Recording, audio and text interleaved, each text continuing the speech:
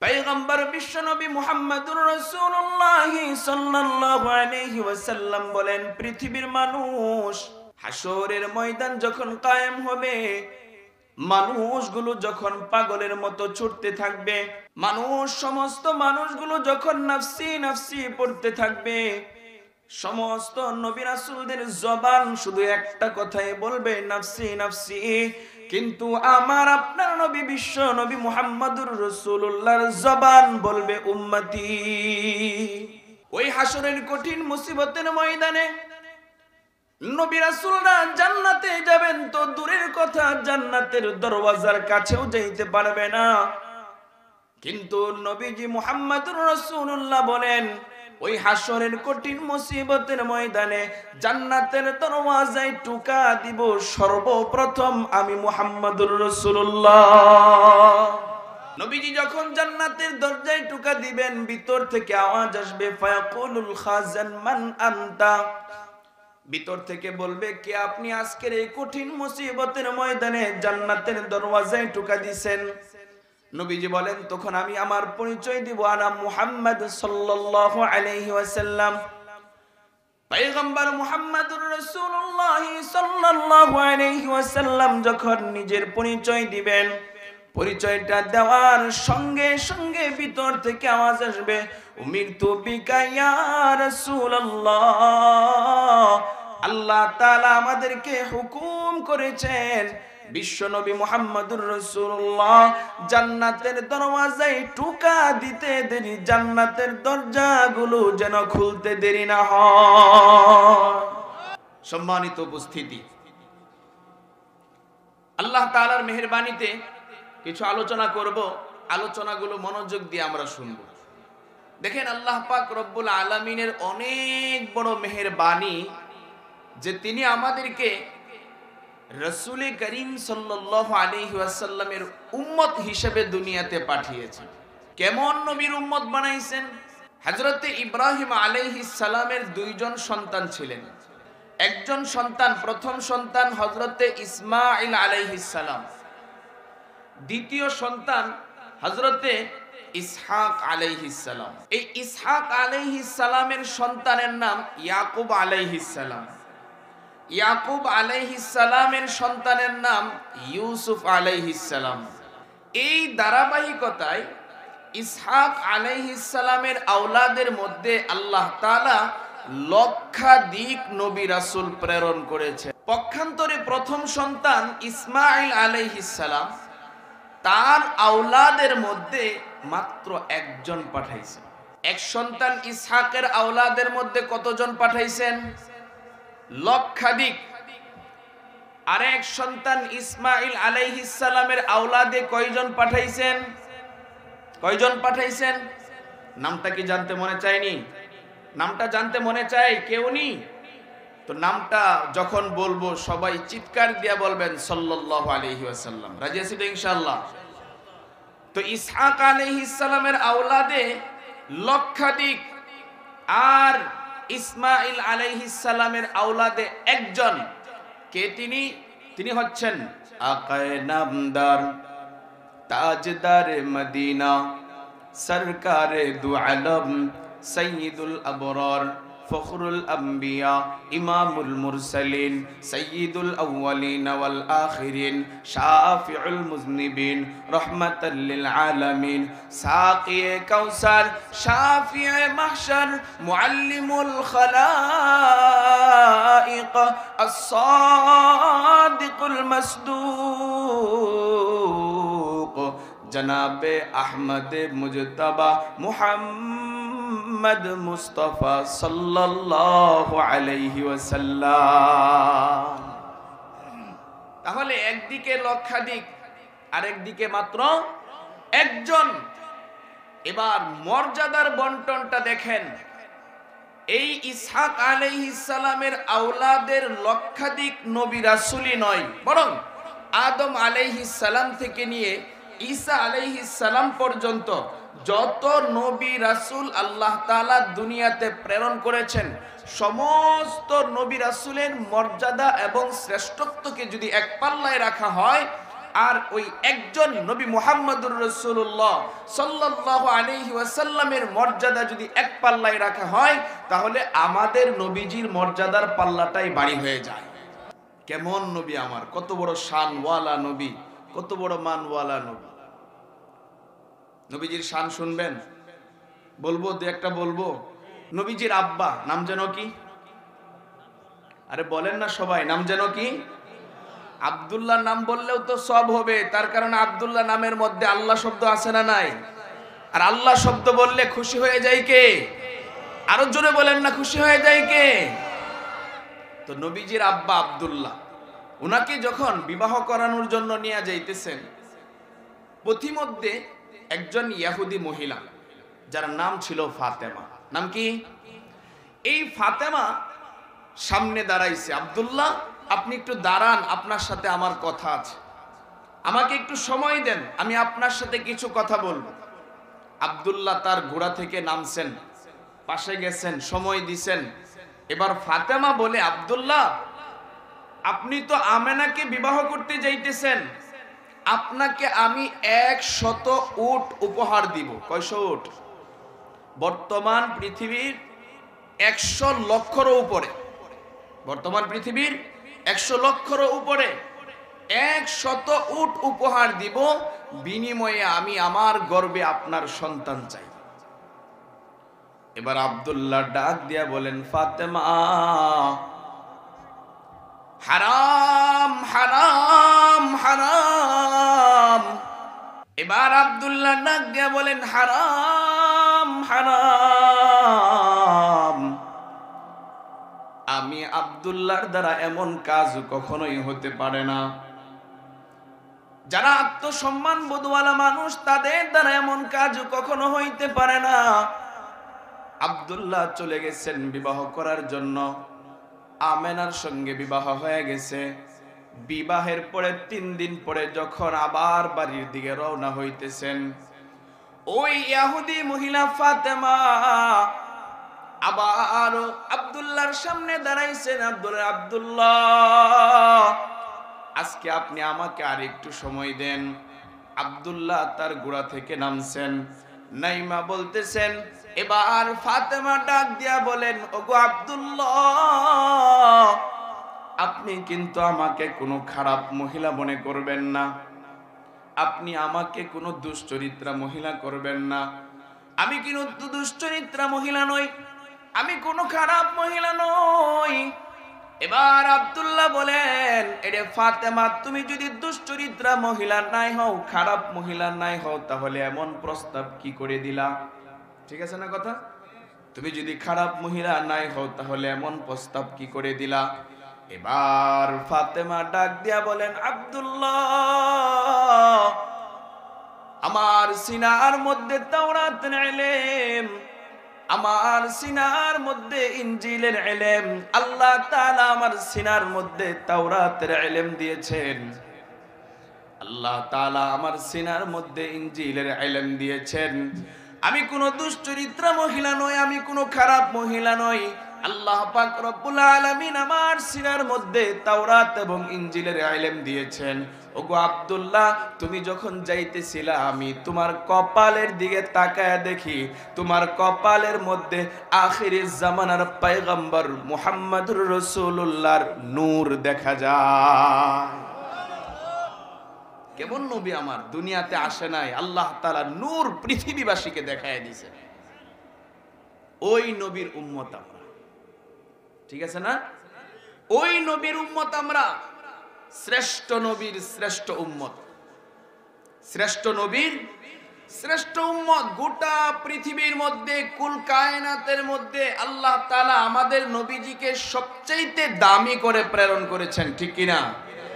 আমার আপনার নবীজির মর্যাদা আরশের চাইতেও বেশি, ঠিক কিনা? আমার আপনার নবীজির মর্যাদা লৌহ কলমের চাইতেও বেশি, কথা বলেন। আমার আপনার নবীজির মর্যাদা হুর গেলমানের চেয়েও বেশি, আমার আপনার নবীজির মর্যাদা জান্নাতের চেয়েও বেশি। এজন্যই নবীজি জান্নাতে যাবেন সমস্ত নবীদের আগে, আর উম্মত হিসাবে আমরা জান্নাতে যাব সমস্ত উম্মতের আগে। সুবহানাল্লাহ বলেন না। নবীজি জান্নাতে যাবেন সমস্ত নবীদের আগে, আর আমরা জান্নাতে যাব সমস্ত উম্মতের আগে। তাহলে আমাদের এই শ্রেষ্ঠত্ব কার কারণে? মুহাম্মাদুর রাসূলুল্লাহর কারণে। কার কারণে বলেন না? নবীজির কারণে। قال النبي الكريم صلى الله عليه وسلم قال النبي الكريم صلى الله عليه وسلم إن الله فضلني على الأنبياء وفضل أمتي على الأمم। पैगंबर বিশ্ব নবী মুহাম্মদুর রাসূলুল্লাহ সাল্লাল্লাহু আলাইহি ওয়াসাল্লাম বলেন, আমি নবী মুহাম্মদকে আল্লাহ তাআলা সমস্ত নবীদের উপর শ্রেষ্ঠত্ব দান করেছেন, আর আমার উম্মতকে আল্লাহ তাআলা সমস্ত উম্মতের উপর শ্রেষ্ঠত্ব দান করেছেন। সুবহানাল্লাহ। এজন্যই নবী জান্নাতে যাবেন সমস্ত নবীদের আগে, আমরা জান্নাতে যাব সমস্ত উম্মতের আগে। শ্রেষ্ঠ নবীর শ্রেষ্ঠ উম্মত। বেজার না খুশি? জুড়ে বলেন বেজার না খুশি? নবীজি জান্নাতে সমস্ত নবীদের আগে যাবেন। قال النبي الكريم صلى الله عليه وسلم أنا أول من يقرع باب الجنة। पैगंबर বিশ্ব নবী মুহাম্মদুর রাসূলুল্লাহ সাল্লাল্লাহু আলাইহি ওয়াসাল্লাম বলেন, পৃথিবীর মানুষ হাসরের ময়দান যখন কায়েম হবে, মানুষগুলো যখন পাগলের মতো ছুটতে থাকবে, সমস্ত মানুষগুলো যখন নাফসি নাফসি পড়তে থাকবে, সমস্ত নবী রাসূলদের জবান শুধু একটা কথাই বলবে, নাফসি নাফসি। কিন্তু আমার আপনার নবী বিশ্ব নবী মুহাম্মদুর রাসূলুল্লাহর জবান বলবে উম্মতি। ওই হাসরের কঠিন মুসিবতের ময়দানে নবী রাসূলরা জান্নাতে যাবেন তো দূরের কথা, জান্নাতের দরওয়াজার কাছেও যাইতে পারবে না। কিন্তু নবীজি মুহাম্মদুর রাসূলুল্লাহ বলেন, ওই হাসরের কঠিন মুসিবতের ময়দানে জান্নাতের দরওয়াজায় টোকা দিব সর্বপ্রথম আমি মুহাম্মদুর রাসূলুল্লাহ। নবীজি জান্নাতের দরজায় গিয়ে টোকা দিবেন। নবীজি যখন জান্নাতের দরজায় টোকা দিবেন, ভিতর থেকে আওয়াজ আসবে, ফায়াকুলুল খাজান মান আনতা। ভিতর থেকে বলবে, কে আপনি আজকের এই কঠিন মুসিবতের ময়দানে জান্নাতের দরওয়াজায় টোকা দিবেন? নবীজি বলেন, তখন আমি আমার পরিচয় দিব, আনা মুহাম্মদ সাল্লাল্লাহু আলাইহি ওয়াসাল্লাম। পয়গম্বর মুহাম্মদুর রাসূলুল্লাহ সাল্লাল্লাহু আলাইহি ওয়াসাল্লাম যখন নিজের পরিচয় দিবেন, পরিচয়টা দেওয়ার সঙ্গে সঙ্গে ভিতর থেকে আওয়াজ আসবে, উমিরতু বিকা ইয়া রাসূলুল্লাহ। আল্লাহ তাআলা আমাদেরকে হুকুম করেছেন, বিশ্বনবী মুহাম্মদুর রাসূলুল্লাহ জান্নাতের দরওয়াজায় টোকা দিতে দেরি, জান্নাতের দরজাগুলো যেন খুলতে দেরি না হয়। কেমন নবী আল্লাহ তাআলা আমাদেরকে দিয়েছে! কত বড় শানওয়ালা নবী, কত বড় মানওয়ালা নবী, আর আমাদেরকে ওই নবীর উম্মত বানাইছেন। এরপরেও যদি আমরা নবীজির এই উম্মত হওয়ার পরেও যদি নবীজির আদর্শ অনুযায়ী না চলি, নামাজটা যদি না পড়ি, তাহলে কি আল্লাহ খুশি না বেজার? নবীজি খুশি না বেজার? বলেন, নবীজি খুশি না বেজার? এই জন্য নামাজ ছাড়া যাবে?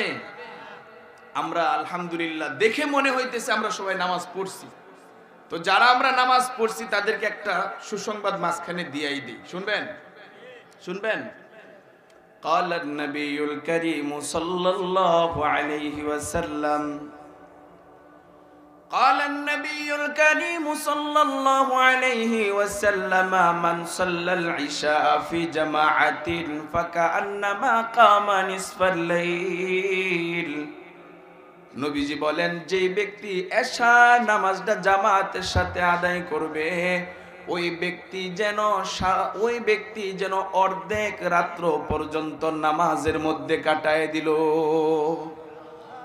অর্থাৎ কোন ব্যক্তি যদি এশা নামাজটা জামাতের সাথে আদায় করে অর্ধ রাত্র পর্যন্ত নামাজে দাঁড়ায় থাকলে, সেজদা দিলে যেই পরিমাণ সওয়াব হবে, আল্লাহ তাআলা এই এশা নামাজটা জামাতের সাথে পড়ার কারণে ওই ব্যক্তির আমলনামায় ওই পরিমাণ সওয়াব দিয়ে দিবেন। ওমান সাল্লা সুবহা ফি জামাতিন ফাকান্নামা সাল্লাল লাইলা কুল্লাহু। এরপরে যে ব্যক্তি ফজরের নামাজটাও জামাতের সাথে আদায় করবে, ফজরের নামাজটা জামাতের সাথে আদায় করার কারণে সারা রাত্র নামাজ পড়লে যেই পরিমাণ সওয়াব, ওই পরিমাণ সওয়াব এই নামাজি বান্দাকে আল্লাহ দিয়ে দিবে। এশার নামাজ জামাতের সাথে পড়ছি, ফজরের নামাজটাও জামাতের সাথে পড়বো, রাজি আছি তো ইনশাআল্লাহ? সারা রাত্র ইবাদত বন্দেগীর সওয়াব আল্লাহ দিয়ে দিবেন। তো বলতেছিলাম কেমন নবী আল্লাহ তাআলা আমাদেরকে দিয়েছেন। শুনতে কি খারাপ লাগতেছে না ভালো লাগতেছে? কয়েকজনের কাছে নাকি সবার কাছে? বলবো, আরো বলবো। নবীজির চাচা আবু তালেব যখন বাণিজ্যের জন্য যাবেন, ব্যবসার জন্য লম্বা সফরে যাবেন, সফরের প্রস্তুতি নিতেছেন, দৃশ্য দেখে নবীজি বড় কষ্ট পাইতেছেন যে আমার চাচা যদি চলে যায় লম্বা সফরে, তো আমি কার কাছে থাকবো? কে আমাকে খাবার খাওয়াবে? কে আমাকে সন্ধ্যাবেলা বাড়িতে নিয়ে আসবে? কে আমাকে ওযু করিয়ে দিবে? কে আমাকে খাবার লুকমা মুখে তুলে দিবে? এগুলো মনে করতেছেন। আর নবীজির চোখ দিয়া দর দর করে পানি পড়তেছে। পিছন দিক দিয়ে গিয়া নবীজিকে জড়ায় ধরছেন, জড়ায় ধরে বলতেছেন যে আপনি চলে গেলে আমি কিভাবে থাকবো? আবু তালেব সহ্য করতে না পেরে আবু তালেব বলতেছেন, ঠিক আছে বাতিজা, আমার বাণিজ্যের সফর সঙ্গী হিসেবে তুমিও আমার সাথে চলো। চলছেন, যাইতেছেন, যাইতে যখন শাম দেশের রাজধানীতে চলে গেছেন, ওই রাজধানীতে একটা বিশাল গির্জা ছিল। গির্জার যিনি পাদ্রী ছিলেন, ওই পাদ্রী তার আসনে বসা ছিলেন। এরে উম্মতে মুহাম্মদী, নবীজির শান মনোযোগ দিয়া শুনে রাখো, মুখস্থ করে রাখো। ওই পাদ্রীর নজর যখন নবীজির চেহারায় পড়ছে, নবীজির চেহারায় পড়ার সাথে সাথে সে তার আসন থেকে দাঁড়িয়ে গিয়েছে, সামনের দিকে আগায় যায়। পুরা কাফেলাকে মেহমান খানায় না বসায়, উন্নত মানের খাবার দিয়ে মেহমানদারি করায়। মেহমানদারি করানোর পর ওই গির্জার যে পাদ্রী ছিল, নাম হচ্ছে বুহাইরা। এবার বুহাইরা মনোযোগ দিয়ে নবীজির দিকে তাকায়, নবীজির দিকে তাকায় তাকায় অপলক দৃষ্টিতে তাকায় দেখে কিছুক্ষণ পরে বুহাইরা নবীজির হাত কান ধরে আবু তালেবকে ডাক দিয়া বলতেছেন, রে আবু তালেব, এই যে তোমার সঙ্গে নিয়ে আসছো বালক, এই বালক কিন্তু সাধারণ কোনো বালক নয়। এই বালক কিন্তু সাধারণ কোনো বালক নয়, বরং এই বালকই হচ্ছে আখিরি জামানার পয়গম্বর মুহাম্মদুর রাসূলুল্লাহ। এবার আবু তালেবের মনের মধ্যে বড় প্রশ্ন। আবু তালেব প্রশ্ন করে বলে, আরে বুহাইরা, আমার ভাতিজা মুহাম্মদ আখিরি জামানার পয়গম্বর হবে বুঝলাম, কিন্তু এটা তুমি কি করে বুঝলা? আমার ভাতিজা আখিরি জামানার পয়গম্বর হবে, কিন্তু তুমি কি করে বুঝলা? এবার বুহাইরা চিৎকার দিয়া ডাক দিয়া বলে, রে আবু তালেব, তুমি আমার কাছে জিজ্ঞেস করতেছো তোমার ভাতিজা আখিরি জামানার পয়গম্বর আমি কি করে বুঝলাম? তাহলে মনোযোগ দিয়ে শুনো। আমার সিনার মধ্যে তাওরাতের ইলম, আমার সিনার মধ্যে ইনজিলের ইলম। আল্লাহ তাআলা আমাকে তাওরাত এবং ইনজিলের ইলম দান করেছেন। আজকে তুমি আমাকে জিজ্ঞেস করতেছো তোমার ভাতিজা মুহাম্মদ আখিরি জামানার পয়গম্বর আমি কি করে বুঝলাম? ভালো করে শুনে রাখো, কান খুলে শুনে রাখো। তোমরা যখন ওই পাহাড়ের গিরিপথ দিয়ে আসতেছিলে, আমি তাকায় দেখি ওই পাহাড়ের মধ্যে যতগুলো পাথর ছিল, এমন একটা পাথর বাকি ছিল না যেই পাথরটা তোমার বাতিজা মুহাম্মদকে সেজদা করে না। বুহাইরা চিৎকার দিয়া ডাক দিয়া বলে, রে আবু তালেব, তুমি আমাকে জিজ্ঞেস করতেছো, আমি কি করে বুঝলাম আখিরি জামানার পয়গম্বর রে, কি করে চিনলাম? মনোযোগ দিয়ে শুনো। তোমরা যখন ওই পাথরে পাহাড়ের গিরিপথ দিয়ে আসতেছিলে, আমি তাকায় দেখেছি ওই পাহাড়ের দুই পার্শ্বে এমন একটা বৃক্ষও বাকি ছিল না যেই বৃক্ষটা এই তোমার বাতিজা মুহাম্মদকে সেজদা করে না। এমন এক নবীর উম্মত আল্লাহ তাআলা আমাদেরকে বানাইছেন। এই শ্রেষ্ঠ নবীর শ্রেষ্ঠ উম্মত হয়ে আমরা কারা কারা বেজার? এই বলে বেজার বলে হেদিক দা কইতেছে তারা বেজার। আমরা বেজার না খুশি? তাহলে আওয়াজ দিয়ে বলেন সাল্লাল্লাহু আলাইহি ওয়াসাল্লাম। যখনই নবীজির নাম আসবে তখনই আমরা কি পড়ব? সাল্লাল্লাহু আলাইহি ওয়াসাল্লাম। মনে থাকবে তো ইনশাআল্লাহ? আপনি যদি জমিনে একবার বলেন সাল্লাল্লাহু আলাইহি ওয়াসাল্লাম, কয়বার? কয়বার? আপনি বলবেন একবার, আর আসমান থেকে এর রিপ্লে আসবে 10 বার। আরে আরো জোরে বলেন না সুবহানাল্লাহ। এই হাদিস আপনারা শুনছেন। আজকে আপনাদেরকে আমি আরেকটু শোনাই, ঘটনা সহ শোনাই। নবীজির একজন সাহাবী হযরত আব্দুর রহমান ইবনে আউফ রাদিয়াল্লাহু তাআলা আনহু, তিনি বলেন, খারাজান নবী সাল্লাল্লাহু আলাইহি ওয়াসাল্লাম মিনাল মসজিদ। নবীজির সাহাবী আব্দুর রহমান ইবনে আউফ রাদিয়াল্লাহু তাআলা আনহু, তিনি বলেন, একদিন নবীজি মসজিদে নববী থেকে বের হয়েছেন। যাইতে যাইতে দাখালা নাখলাতান, একটা খেজুরের বাগানে প্রবেশ করেছেন। ফাস্তাকবালাল কিবলা, বাগানে গিয়ে কিবলার দিকে দাঁড়িয়েছেন। ফাখাররা সাজিদা, নবীজি সাল্লাল্লাহু আলাইহি ওয়াসাল্লাম ওই বাগানের মধ্যে আল্লাহর কুদরতি কদমে সাজদায় চলে গেছেন। সাহাবী আব্দুর রহমান ইবনে আউফ বলেন, আল্লাহর নবী এত লম্বা সাজদা দিয়েছেন, এত লম্বা সাজদা দিয়েছেন, ঘন্টার পর ঘন্টা চলে যায়, কিন্তু নবীজি সাজদা থেকে মাথা উঠান না। ঘন্টার পরে ঘন্টা চলে যায়, কিন্তু নবীজি সাজদা থেকে মাথা উঠান না। আব্দুর রহমান ইবনে আউফ বলেন, আমার সন্দেহ হইল, না জানি আমার নবীর মৃত্যু হয়ে গেল কিনা। এই জন্য আমি আস্তে আস্তে নবীজির কাছে গেলাম। নবীজির কাছে যাওয়ার পরে আমার পায়ের আওয়াজ যখন নবীজির কানে গেছে, নবীজি সাজদা থেকে মাথা উঠাইছেন।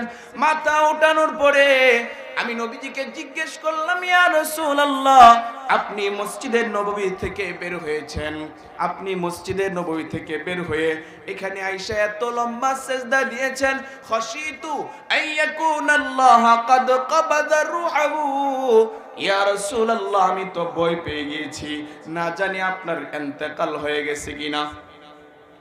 এবার নবীজি বলেন, এরে আব্দুর রহমান ইবনে আউফ, না না না,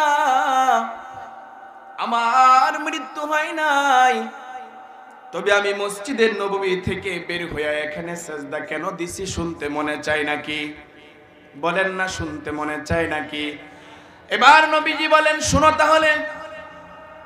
হযরতে জিবরাইল আলাইহিস সালাম আমার কাছে আসছেন। জিবরাইল আইসা আমার কানে কানে বলেন, হুজুর, আল্লাহ তাআলা আপনার উম্মতের জন্য একটা সুসংবাদ দিয়ে পাঠাইছেন।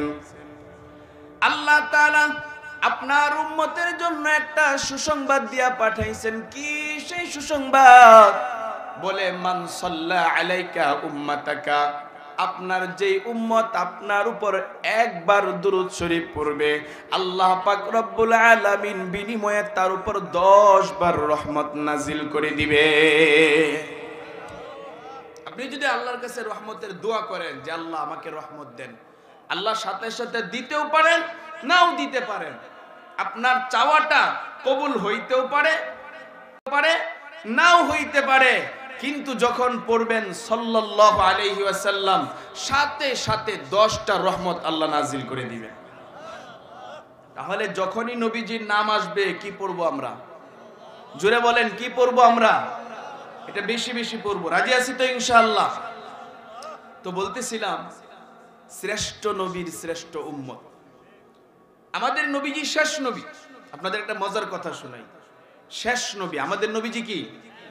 নবীর পরে, নবীর পরে বলেন বলেন, নবীর পরে, সবাই বলেন, নবীর পরে উম্মতের পরেও উম্মত নাই।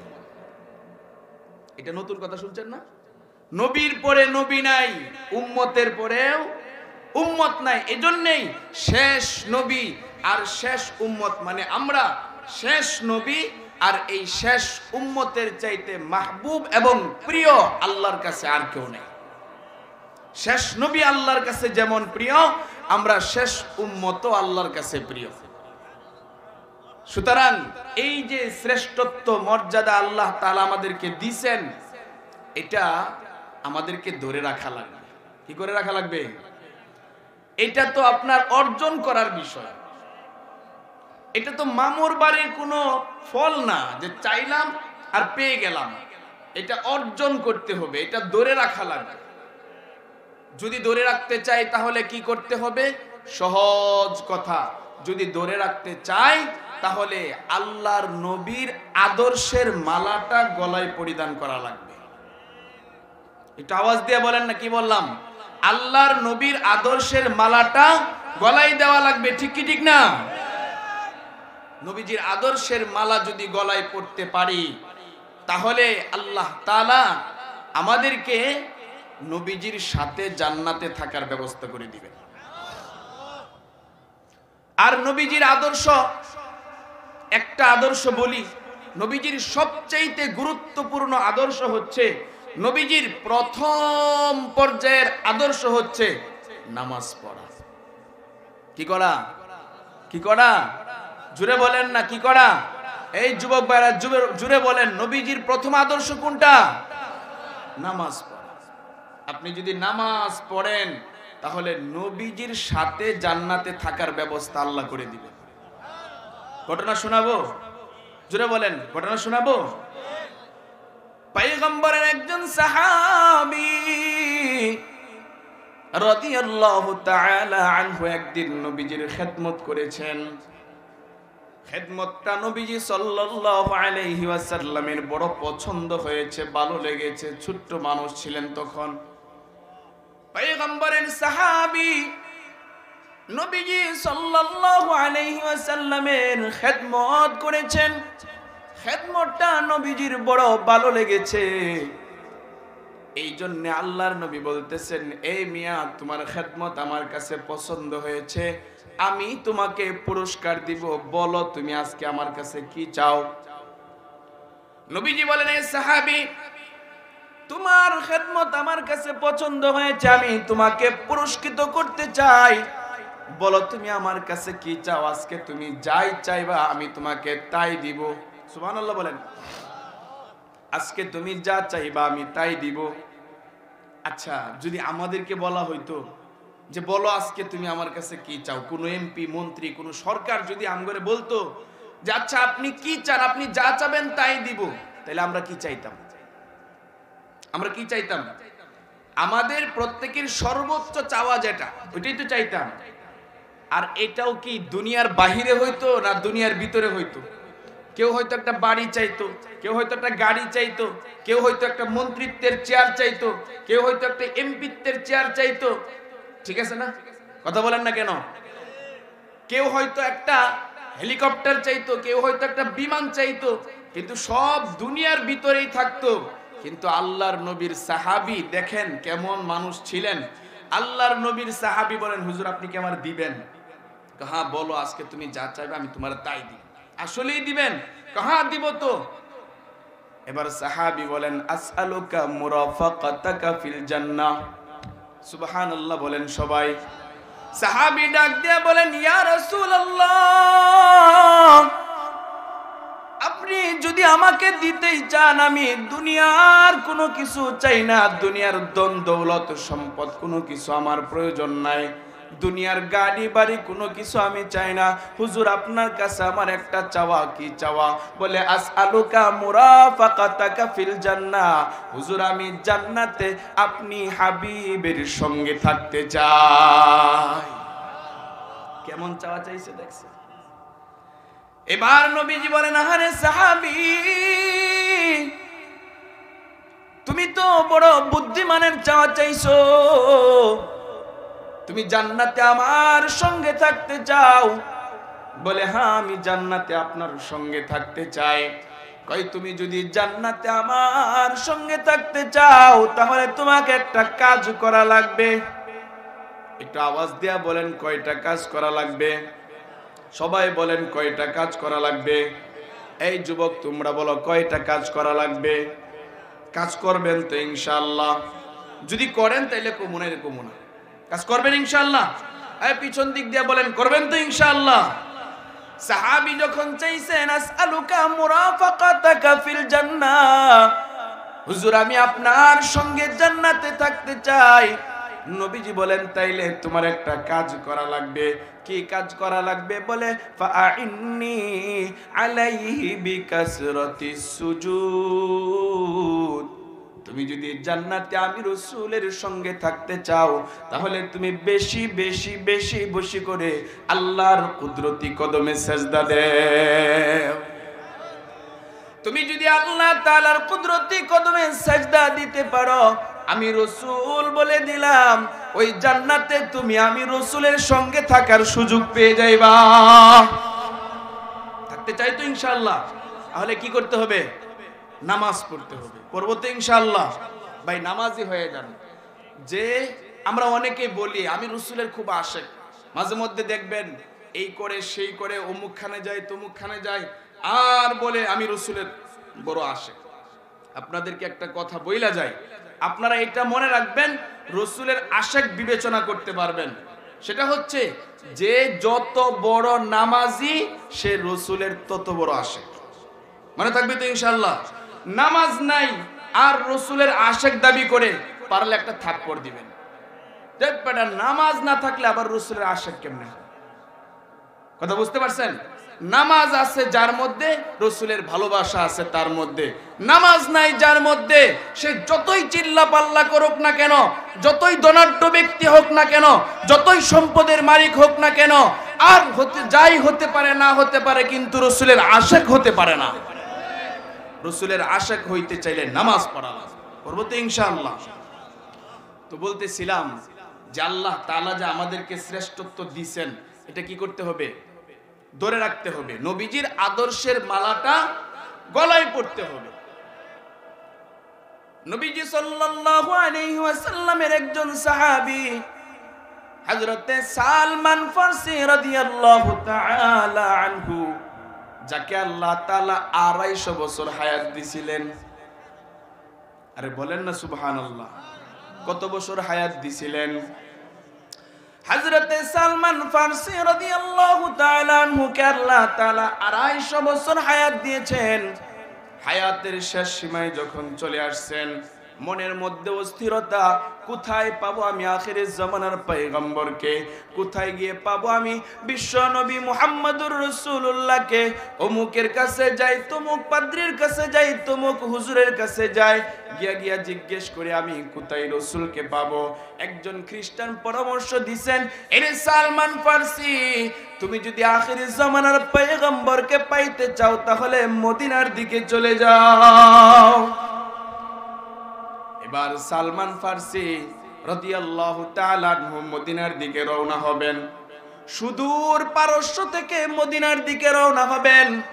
যাওয়ার সময় বলতেছেন, হুজুর একটু বলেন আমি কি দেখা চিনতে পারবো যে উনি হচ্ছেন বিশ্ব নবী? আমি কি দেখলে বুঝবো যে উনি হচ্ছেন বিশ্ব নবী? কিছু আলামত বলে দেন। কয়েকটা আলামত বলে দিছেন। একটা আলামত হচ্ছে, বিশ্ব নবী যিনি, উনি সাদাকা খাবেন না। কি খাবেন না? আরেকটা আলামত বলে দিয়েছেন, আখিরি জামানার পয়গম্বর তার কাদের মধ্যে একটা মোহরে নবুয়ত থাকবে। ওই মোহরে নবুয়ত যদি দেখতে পারো তাহলে বুঝবা যে উনি হচ্ছেন আখিরি জামানার পয়গম্বর। হযরত সালমান ফারসি রাদিয়াল্লাহু তাআলা আনহু চলে গেছেন, যাইতেছেন এক বদমাশ ইহুদি সালমান ফারসিকে গোলাম বানিয়ে বিক্রি করে দেয় আরেক ইহুদির কাছে। এরপরেও সালমান ফারসি রাদিয়াল্লাহু তাআলা আনহু নবীজিকে তালাশ করতে একদিন নবীজিকে পেয়ে গেছেন। এবার সালমান ফারসি রাদিয়াল্লাহু তাআলা আনহু নবীজির সাথে সাক্ষাৎ করার জন্য মসজিদে নববীতে চলে গেছে। মসজিদে নববীতে যাওয়ার পরে নবীজির সামনে একটা বাটির মধ্যে করে কিছু খেজুর দিয়েছেন। নবীজি জিজ্ঞেস করছেন যে এটা কি? তখন উনি বলছেন, হুজুর এটা হচ্ছে সাদাকা। তখন নবীজি বলছেন যে আমি সাদাকা খাই না। তাহলে আলামত মিলছে কি মিলে নাই? প্রথম আলামত মিলছে কি মিলে নাই? বলে আমি সাদাকা খাই না। দেখেন, নবীজি গরিবের হক সদকা নবীর জন্য আল্লাহ হারাম করছেন, গরিবের হক নবীজি খান না। কিন্তু আমরা উম্মত দাবিদার যারা আছি তারা সদকা তো দূরের কথা, সুদ খাইতেও দ্বিধাবোধ করি না, হারাম খাইতেও দ্বিধাবোধ করি না, বায়ের সম্পদ আত্মসাৎ করে খাইতে দ্বিধাবোধ করে না। এমন মুসলমান আছে না নাই? আরে আওয়াজ দিয়া বলেন না, আছে না নাই? নবীজি সাদাকা খাইতেন না, কিন্তু উম্মতের দাবিদার হইয়া সুদ খাইতে দ্বিধাবোধ করে না। আছে না নাই? নামাজ পড়ে, মাঝে মধ্যে সুযোগ পাইলে বাইতুল্লাহতে গিয়া জিয়ারতও করে, আবার সুদও খায়। এমন মুসলমান আছে না নাই? আপনাদেরকে একটা মজার ঘটনা শোনাই। এক মসজিদে এক লোক বৈশা বৈশা সব সময় ইবাদত বন্দিগি করে, জিকির আজগার করে। তো জিকির আজগার করে, ইবাদত বন্দিগি করে। ইমাম সাহেব একদিন জিজ্ঞেস করতেছেন যে হুজুর, ইমাম সাহেব জিজ্ঞেস করতেছেন যে মুরব্বি আপনি কি করেন? আমি তো ইবাদত বন্দিগি করি। আর ইবাদত বন্দিগি তো করেন, এটা দেখতে আসছি, আপনার সংসার কেমনে চালান? কই আমি আমার কিছু টাকা পয়সা ব্যাংকে রাইখা দিছি, প্রত্যেক মাসে সেখান থেকে আসে, ওইটা দিয়ে আমার সংসার সুন্দর করে চলে যায়। আর হুজুর বলতেছেন আরে আল্লাহ এটা তো সুদ। তো নামাজি বেটা কয় কি জানেন? হুজুর এটা যে সুদ এটা তো আমি জানি। কই জানেন তাহলে আপনি যে সুদ খাইতেছেন? কই এই জন্যই তো ওই টাকাটা আমি আমার নামে রাখি না, আমার বউয়ের নামে রাখছি। এবার ইমাম সাহেব বলতেছেন আরে ভাই বউয়ের নামে রাখলে কি হইব? ওইটা তো আপনি খাইতেছেন, ওইটা খাইতেছেন, তো ওইটার গুনাহ তো আপনার হইতেছে। হুজুর এটাও আমি জানি, গুনাহ হইতেছে একদিক দিয়ে, আরেক দিক দিয়ে ইবাদত বন্দেগী করতেছি, সওয়াব হইতেছে। গুনাহ আর সওয়াব টক্কর লাগবে, সব সমান সমান হয়ে যাবে, আর আমি মাঝখান দিয়ে জান্নাতে চলে যাব। এমন চালাক মুসলমান আছে না নাই?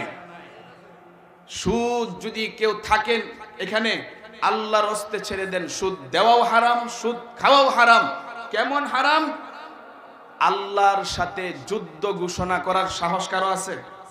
এখানে কেউ যদি বলে যে আমি আল্লাহর সাথে যুদ্ধ ঘোষণা করব, তারে কি আপনি আদর করবেন? বলেন, তারে কি আপনি আদর করবেন? যে সুদ খায়, সুদ দেয়, সে যেন আল্লাহর সাথে যুদ্ধ ঘোষণা করে। এই মহল্লায় কেউ যদি মায়ের দিকে খারাপ নজরে তাকায়, ওই সন্তানকে এলাকায় রাখবেন? এলাকায় রাখবেন?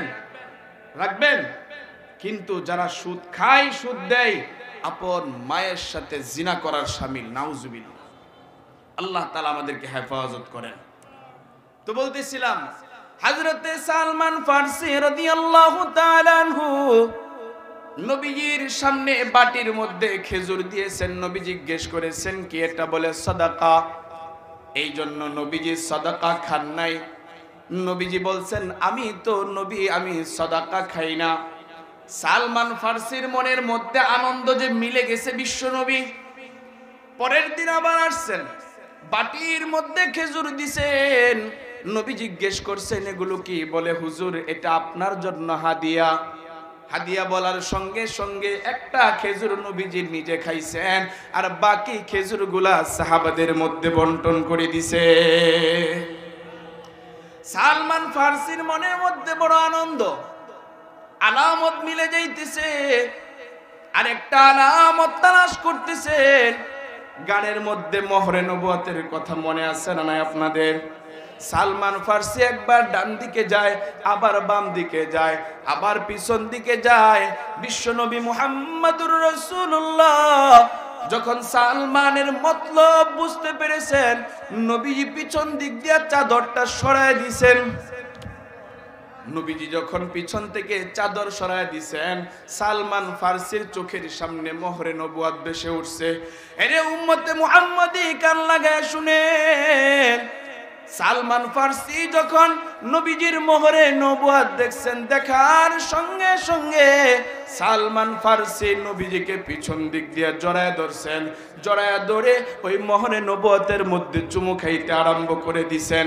আর সালমানের চোখ দিয়া দর দর দর দর করে পানি পড়ে। সঙ্গে সঙ্গে আর দেরি না করে সালমানে ফার্সি রাদিয়াল্লাহু তাআলা আনহু নবীজির হাতে হাত রাইখা কালিমা পড়ে মুসলমান হয়ে যায়।